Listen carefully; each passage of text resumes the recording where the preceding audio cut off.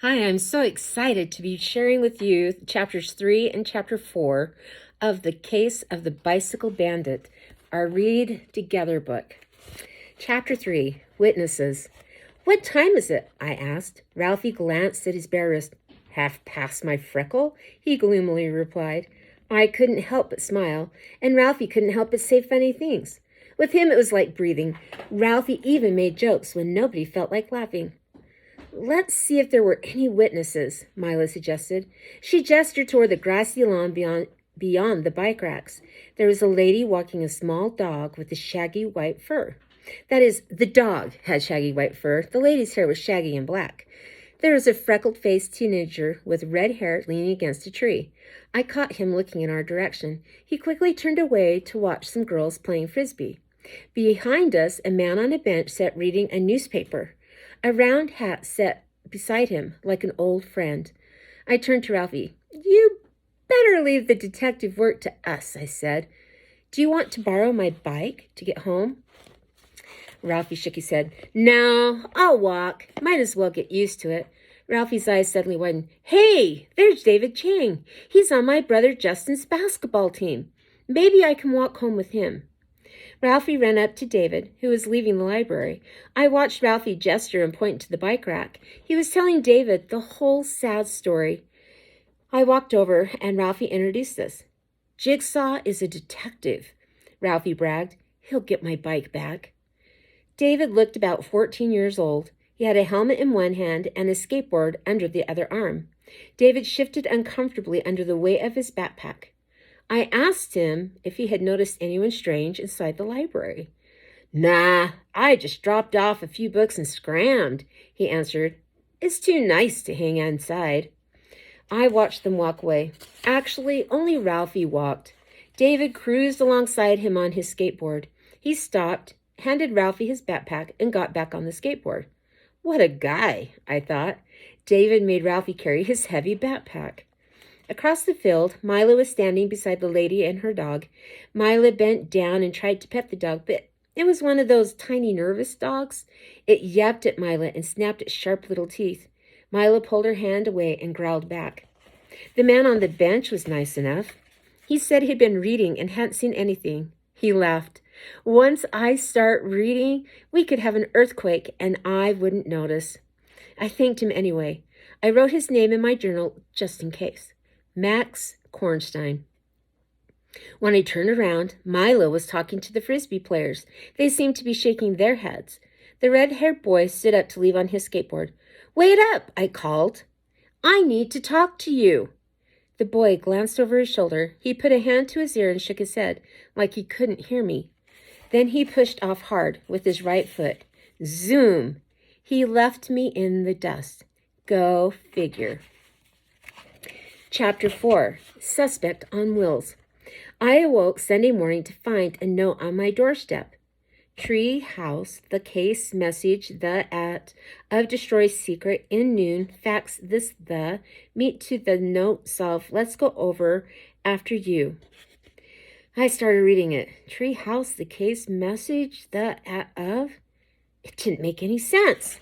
That could only mean one thing. It was a message from Mila. She always wrote her notes in codes.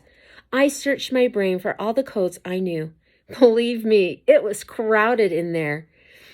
Secret codes are a part of the business. You can't be a detective without them. I knew mirror codes and color codes, space codes and list codes. Suddenly it hit me. This was an up and down code.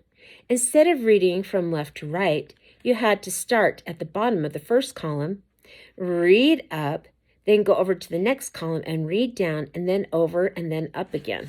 So if you follow that, it says, let's meet in the treehouse at noon to go over the facts of the case. Destroy this note after you solve the secret message. I figured out the message, and then it was time to destroy the note. That's where my trusty dog Rags came in. He'd eat anything. I spread peanut butter on it. Rags was happy to help. There was a full glass of grape juice waiting for Mila later that morning when she climbed the treehouse ladder. She was singing Let's Go Fly a Kite from Mary Poppins. As usual, she changed the words around. Let's go ride a bike up to the highest height. Let's go ride a bike and sand it. Mila stopped singing and scratched her nose. Hey, Jigsaw, what rhymes with soaring? Pouring? I offered. Snoring? Mila sang again. Let's go ride a bike. It sure beats snoring. You're nuts, I observed. Mila shrugged. Maybe. Let's get down to business, I said. Any luck with the witnesses? Not really, Mila said, and I almost got bit, too, she added. I smiled. Yeah, that little dog seemed angry. Actually, the lady said the dog, Mr. Pickles, was scared. Scared of you? I laughed. Not me, Mila said. Mr. Pickles almost got run over by a skateboarder. Oh? Yeah, the lady was upset about it. She said 3 kids came racing down the sidewalk and almost flattened Mr. Pickles. 3 kids? I asked. On skateboards? Mila opened her little memo pad. She read out loud. 3 teenagers on skateboards. Well, I saw 2 kids with skateboards at the library, I recalled. I wondered if it was them.